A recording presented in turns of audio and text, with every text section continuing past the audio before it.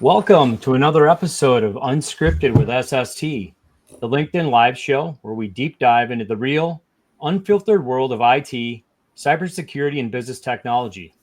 Brought to you by Secure Strategic Technology, we're here to cut through the noise, share expert insights, and tackle the challenges shaping the future of managed IT services, live, raw, and unscripted. Joining me today is Bo Elson, the COO of SST. How you doing, Bo? Doing well, thank you. And we're also, we also have the pleasure of two guests, Josh Holbein of Centrix IT and Stephen Kellogg of Blue Helm Technology. Welcome to today's show, gentlemen. Thanks. Good to be here. Yeah. Yeah. So, Josh, can you tell us a little bit about yourself? Yeah. I can juggle expertly. I'm in the Guinness World Book of Records. So I'm the information security lead over at Centrix IT. So I oversee all our cybersecurity and DRC operations side. I have almost 20 years of MSP experience and a few years of restaurant management experience. And the restaurant management plays a much larger role in my day-to-day operations than a lot of my MSP time. So glad to be here.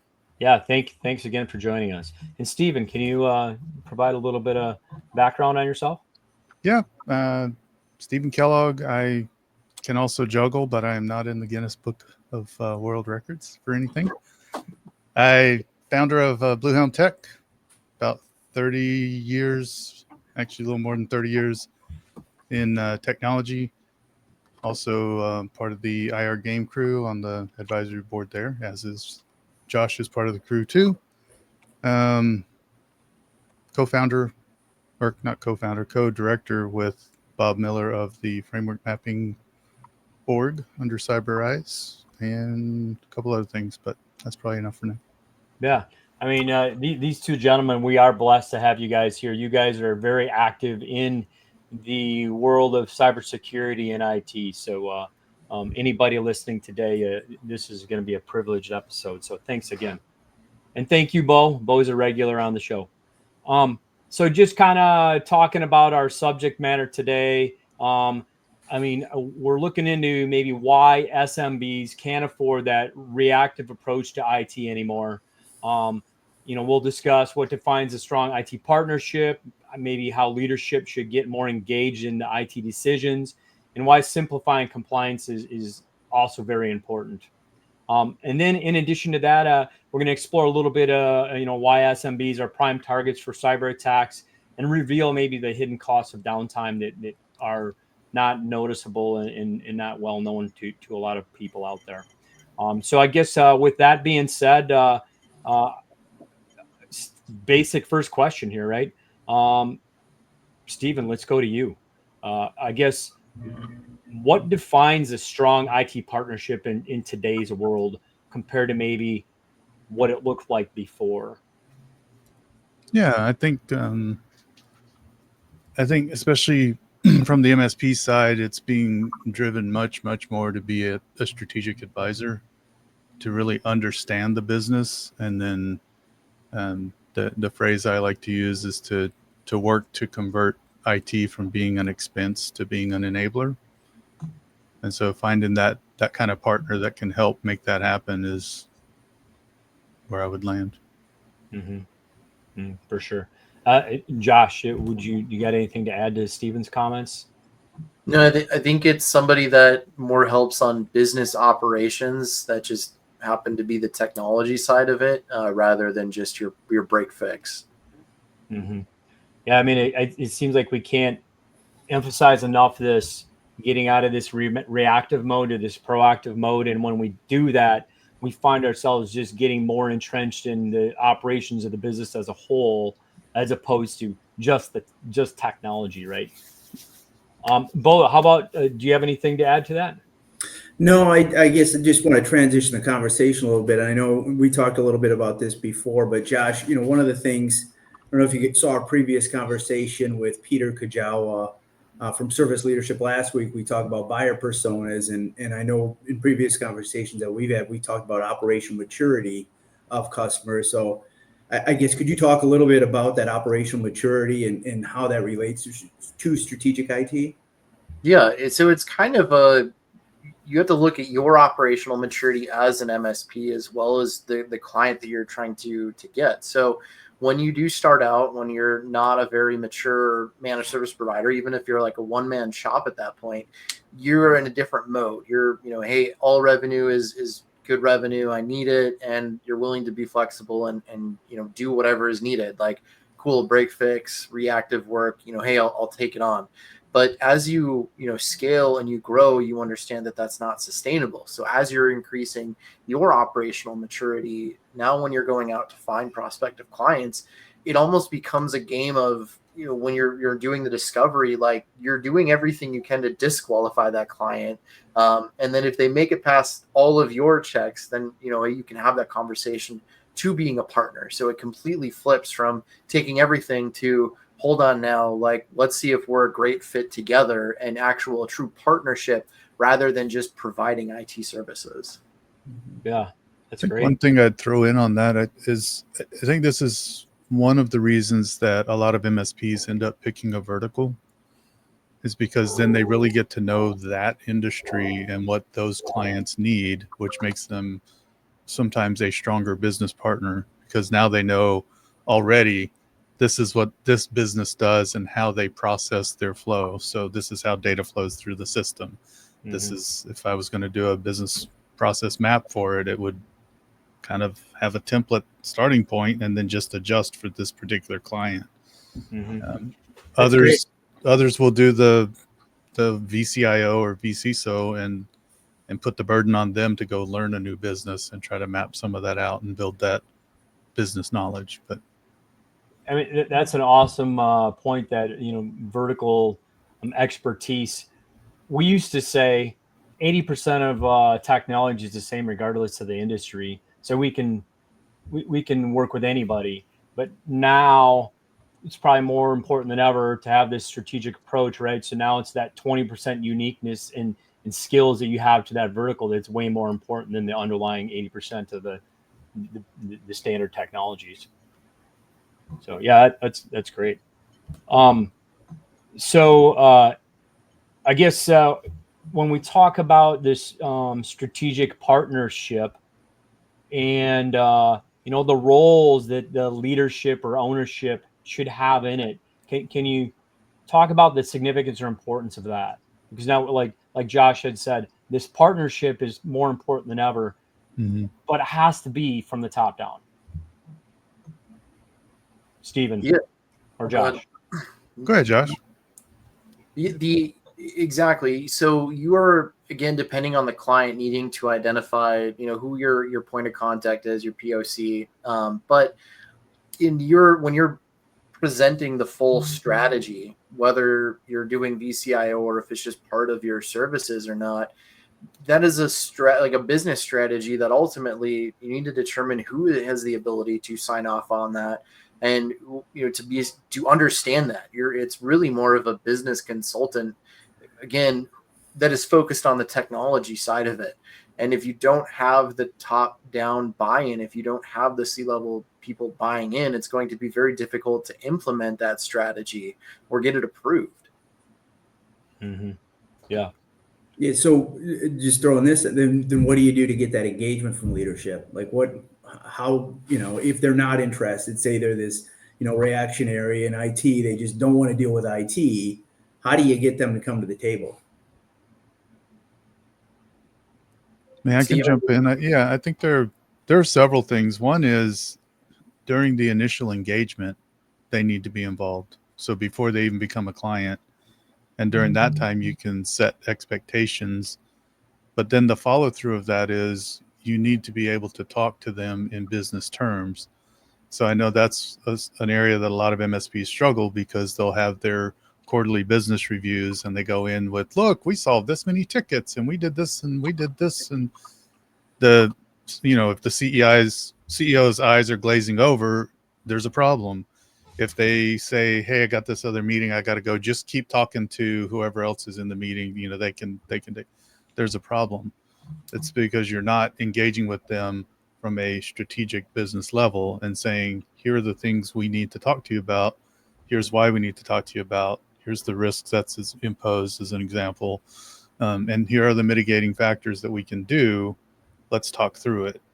Right. Also presenting them with, here's a list of 500 things you need to get done. Can you approve them all? That's a non-starter as well. So being very tactical and focused in your business discussion makes a big difference. Yeah. I mean, Steven nailed it. The second you start really talking about technology, you've probably lost them. It is a partnership. So no one's going to understand their business better than them. So involving them in creating it, finding out how their business works, how it operates, how they make money, what is critical to them, and then putting it in terms of that they can understand. And not only that, but showing how technology is going to be able to work with their business needs and promote it, make it more effective, secure it, all of that. You're really just talking again about business and less about technology, and that's technology is just what drives that. It's the underlying tools. But if you go into a cake shop, you're not really talking about what flour do you use, what frosting do you use, and all of this. You're just like, I want a cake, right? Like that's the outcome. How you achieve that cake is irrelevant. You're making the cake. Mm-hmm. So you said the word, Josh. If you're a business owner listening to us in our conversation right now, you're seeking new partnership from an IT perspective, you should be looking at the ones that are talking about outcomes and not technology, not firewalls and antivirus, but business outcomes. Exactly. Yeah, that's great. Yeah, I was going to kind of throw something similar in there. Is if you are working with an IT person and they say, hey, you should do this. As a business owner, you should be able to feel comfortable asking them, what's the reasoning behind this from a business perspective, not a technical perspective. What's the business perspective? Mm-hmm. How are you increasing my profit? How are you reducing my risk? What's the impact if I don't do it? All of those types of questions they should be able to answer for you. And during that conversation, are you expecting that person to tie the technology back to those business outcomes, or just talk about the business outcomes? So, I mean, part of it will depend on the technology. Like I wouldn't deep dive in point detection. I would deep dive into the risk that it's mitigating by having it versus how the technology works. Mm-hmm. I think a lot of people end up wanting to talk the technical side because that's what they know and that's what they're comfortable with. And that's where my passion is. I love it. Great. That's not what the business person cares about. Mm-hmm. Yeah, for sure. That's actually another subject I kind of want to talk about here a little bit is just really around simplification of compliance. So when we're having these discussions, we're talking about outcomes. Compliance has got to be one of them we're talking about with these business owners. Is there things that business owners can do to make that easier for them, to simplify compliance requirements for them, for their business? Anybody? Just have a base level of, again, whether you call it operational maturity or cyber maturity, that's how you simplify it, in my opinion. Whether you go, hey, we need to do this and it needs to be done by next week. And it's like, where's your, starting with a gap assessment, where are you even at right now? What things do you not have? And starting with the basics, because so many don't even do the basics right, so one of the things that I know you guys are doing and we've developed as well is we've kind of made a CIS controls made easy, where it's a step-by-step control, easy to digest compliance, roadmap of basically these are the things that you need for cyber insurance. And these are just general best practices and things every business needs. So if you have a high level of maturity and you're following that, when you go to a specific compliance, it's very easy to crosswalk it. I know through us, we have the cybersecurity or formerly CompTIA, but now it's the GTIA Trust Mark, and it's a MSP specific certification. And because we followed a lot of CIS, when it came time to get it, it's like, well, we are already doing this, so let's just take the evidence, put it in here. And there was a couple of things that needed to be done. But again, just aligning to a best practices framework and doing that's really how you make that easy. Hmm. So, I mean, regardless of what compliance regulatory requirements you have, if you're following some kind of framework diligently, you're going to be 75% of the way down the road. 100%. Yeah. Yep. Exactly. Yeah, that's good. Yeah, I think the other thing I would say is make sure you do understand your compliance requirements. And there are some that are at the local level, state level, and there are some that are at the federal level. So make sure you understand that, or get with somebody who can help you identify these are based on what you're doing and the type of data you're handling, what you're messing with. These are the things that you need to comply with. And then don't get overwhelmed by what's there. Pick things that you know you can, okay, we can get through these. Here's the timeline. Let's get them done. Start checking the boxes. The flip side I will give caution of too is it's not as simple as, well, yeah, we do have MFA enabled, check. Okay, but is it enforced? Can you prove that you actually have it set to where somebody new comes in, they are forced to set up with MFA? Good. Don't say, well, we're kind of getting there close enough, check. Hmm. Yeah, I mean, I guess that's that fine balance, right? You kind of suggested get started somewhere, right? Because Yeah. starting is better than not. Right. But it's not a I did this and now I'm done. You need to continue to evolve my position with regards to this particular thing, like the proof that it's being enforced. Like it's an ongoing, continuous process. The other thing I'll add to that real quick, Josh, the other thing is, some things aren't requirements. Some of them are recommendations. But again, if you follow the recommendations, they're there for a reason. So don't just say, oh yeah, we're working on improving these things and not actually have a plan to improve those things. I've seen that done. The other thing I'll throw out, just because I've had to push back on, is as the owner of a company, don't expect somebody else to sign off on it if you wouldn't sign off on it yourself. That's really good. I like that. Josh, you had something for us? Yeah, I was going to go back to my restaurant days, because if a lot of us have either worked in one or we've all eaten at one. And interestingly enough, the first GRC program I ever wrote was back in my restaurant days. We had health inspection rules that we needed to do, as well as in this particular case, we had corporate controls.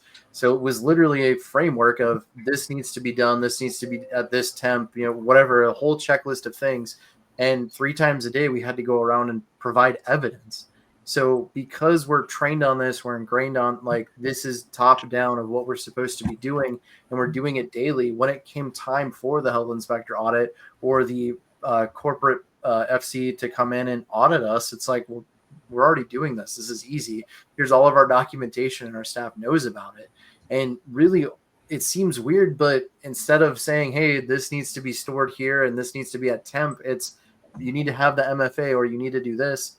You're changing the language, but you're still having to follow a control, provide evidence, and train on it. It's the same thing. Mm-hmm. Well, the other thing I was going to throw out on that topic is look at your processes, because there may be processes that you can enhance that'll make things a lot easier to be compliant and to report on them. If you're doing a lot of stuff on paper and trying to track it that way and keep it secure, is that really the best method? As an example. What I like about that comment, Stephen, is we just, at the onset of this discussion, we talked about how we're not just technology advisors, we're business consultants. Now we're talking about how to improve our security posture and follow some framework, but it's infiltrating potentially all of the processes within your business, making your business more efficient, not just your technology. That's great. And sometimes it is a combo, right? You're making the business process more efficient. Oh, and you're also securing it. So sometimes the push is not security, because honestly, that's a harder push, right? Mm-hmm. No, really, you should really be more secure. Okay, buddy, you're just trying to sell me something. Mm-hmm. But if you can say, like, I think we were talking before this, a lot of times I go in to help with implementing Copilot or building agents or etc. The first thing I want to look at is what's the underlying structure? Is it even ready for that? And so I don't go in for that, but I use that as a way to say, hey, you need to get this in order first. So you can use the same approach when talking about it. Hey, let's make you more efficient. And as doing that, we're also adding this level of security. Mm-hmm. Yeah. Bo, do you have anything to add to our conversation? Yeah, I mean, it's kind of interesting when you talk about that, Stephen. And like you're going in and you're assessing a lot of that frame, and like you got to see what you can build on, right, for the technology, and that's what we find quite a bit. We onboard these customers and using the CIS framework, kind of getting through controls 1, 2, and 3 of the hardware, software, and data. Like then we can kind of see, is this even set up where we can add additional security in there, and because a lot of our customers, you have these conversations from that pre-sales perspective, and it's like, hey, security is important, and that's why that we feel that's like the core of what we do. But then they just want to hand it off, like, well, you know what, we outsource security, we're done, and then, oh, we got to introduce these controls. This is going to require a change in how you do things, like this MFA. Yeah, it's a pain in the ass because you are going to it's going to get disrupted once a day. You're going to get this push, and it's just part of it, right? And then are you comfortable with introducing security? But you often have to like structurally change how their IT is set up in order to do it correctly. But it's just that ongoing engagement, and kind of the first part is education. Here's where you're at, right? It's the onboard assessment using CIS. Hey, this is all the problems that we have. Here's your underlying infrastructure and the problems that you have.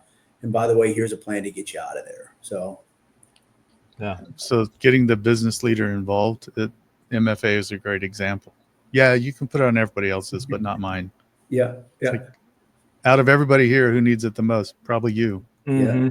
So using analogies to help convey some of that can be helpful. So I like to talk about, hey, it's like that's like stepping out of the car and looking at everybody else and saying, hey, everybody lock your doors, but you leave yours open because it's too much of a pain to unlock it. Yeah.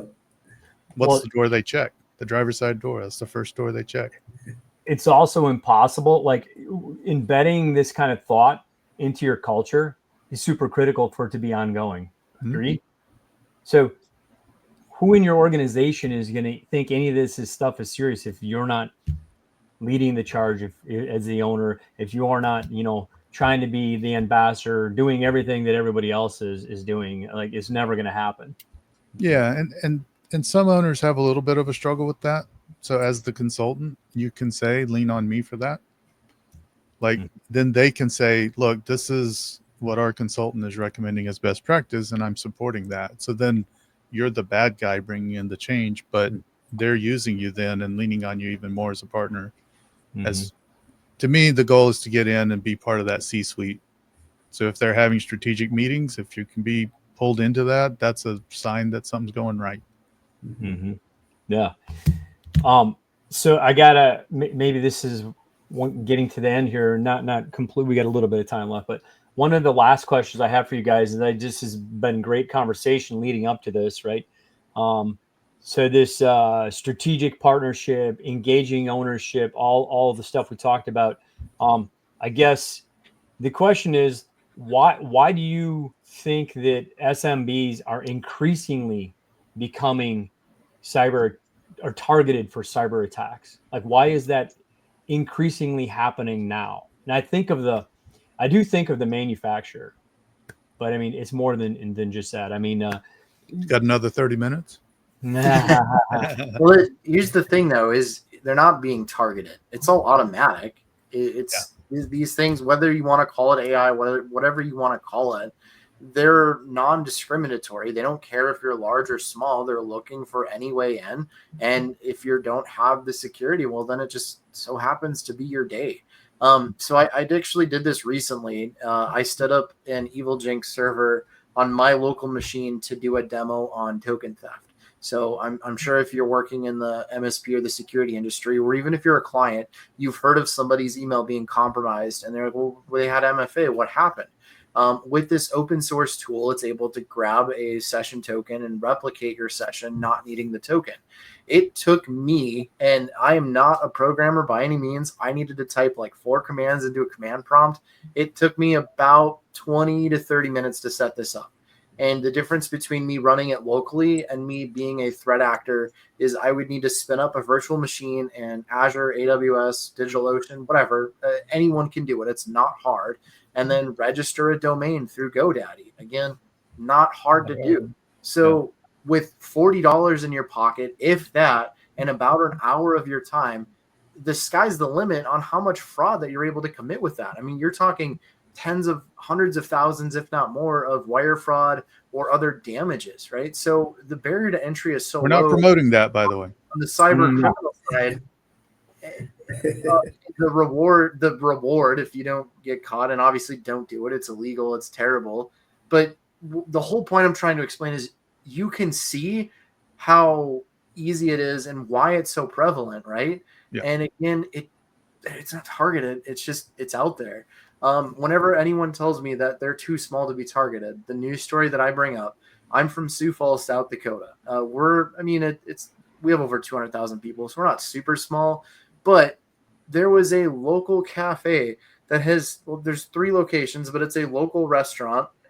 They got hit with a cyber attack in one of their locations. So if they're able to compromise a local diner in Sioux Falls, South Dakota, like, you can't tell me you're too small. I've worked with counties that are 100 people, if that, 1 or 2 people work on them, and they've been fighting off cyber attacks. You're not, everyone's acceptable, right? There's no targeting. No, right. I mean, everyone's a target. Josh, like, the kind of conversation with customers, I think they think like, well, we're just not, they're not going to find us because we're just a small business like everyone else. And like that it's intentionally trying to compromise, that a bad guy is going specifically at them, and like, oh, they're never going to find us. It's some of the obscurity is security, right? So they're just looking for an easy target, and understanding, just make yourself a more difficult target, and the guys they're more likely to stay away by doing some of the basics. Hey, you're going to be in a much better position and hopefully not get compromised. Yeah. I like to equate it to fishing. In the old days, they would be on a sports fishing boat looking for a certain type of fish. They're fishing for tuna. That's what they're fishing for. Now they just troll and put a big net behind them, and whatever they can get, they get. Mm-hmm. Doesn't matter if you're small or big or. Yeah. I mean, I like that it's not targeting. That's really a good phrase. They're just looking for the open doors. Yeah. And that's where Stephen, I think somebody brought up MFA in this discussion, right? Well, I've implemented MFA. Why isn't that enough? Like we talk about all the time, security needs to be a methodical approach. We need to be following a framework. It's more than just tools. It's layers. It's policies. It's procedures. Like it's all that, right? And that's a daunting thing for training. Yeah, right. So much of it. Human is still the biggest hole. Yeah. And honestly, that's we just kind of come full circle, right? It's impossible for somebody to. It's not impossible. It's really hard for these small businesses, or whatever the number is. Even if you have your own IT staff, it's really hard to just have all this capability in-house, and establishing that really strong strategic partnership, regardless of the size of your organization, is so necessary now, more than ever it ever has been, for all the reasons we just talked about. Yep. Well, I mean, we're kind of at the end of our time here. We could keep talking. I think at the onset of this thing, before we went live, we all agree that we could keep going on and on and on. But let's, we bring it to an end here. I guess, any closing thoughts from anybody? Okay. Milo is ready for this to be done, I guess. Milo is excited. It's fun being on. It's always good chatting with you guys. So. Yeah. Well, again, very much appreciate you guys coming on. I hope we provided some insight for those that are listening. And if you missed, we will have this recorded and available up on our YouTube channel as well. So again, that's a wrap for today's episode of Unscripted. And if you got questions, we got strategy. Catch us next time on Unscripted with SST.